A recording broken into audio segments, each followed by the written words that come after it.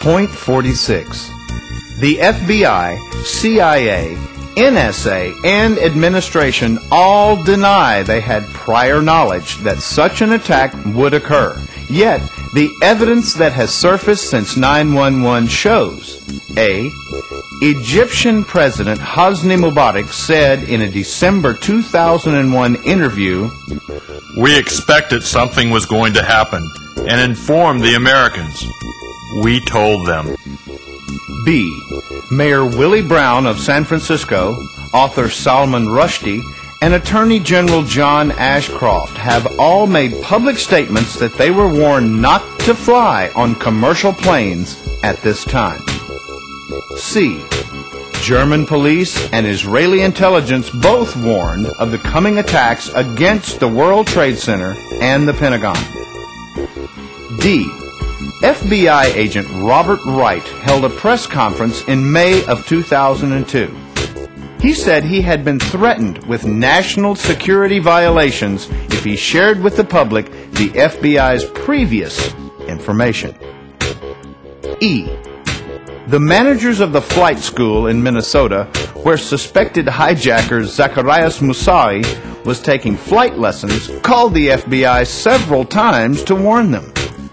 Regional FBI agents wanted to do a full investigation, but were stopped by Central Headquarters. F. A $7 billion legal suit has been brought against Bush and other governmental administrators by 400 families who lost relatives on 9/11. The suit is claiming that Bush and others allowed this terrorist act to occur. Their attorney, Stanley Hilton, is pointing out that Mohammed Atta and 2 other hijackers were given training at the Pensacola Naval Flight Station. G. It is reported that employees of Odigo, an instant messaging company, did not show up for work on 9/11 at the World Trade Center. Odigo's headquarters, which are in Tel Aviv, Israel, just happen to be next to the Department of Counterterrorism, and on and on. Point 47.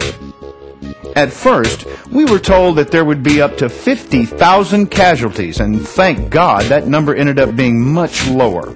Here is some factual information we should consider. A.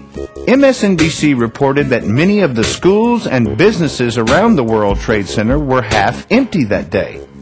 The World Trade Center North Tower was hit in an area where there were the fewest number of occupied offices.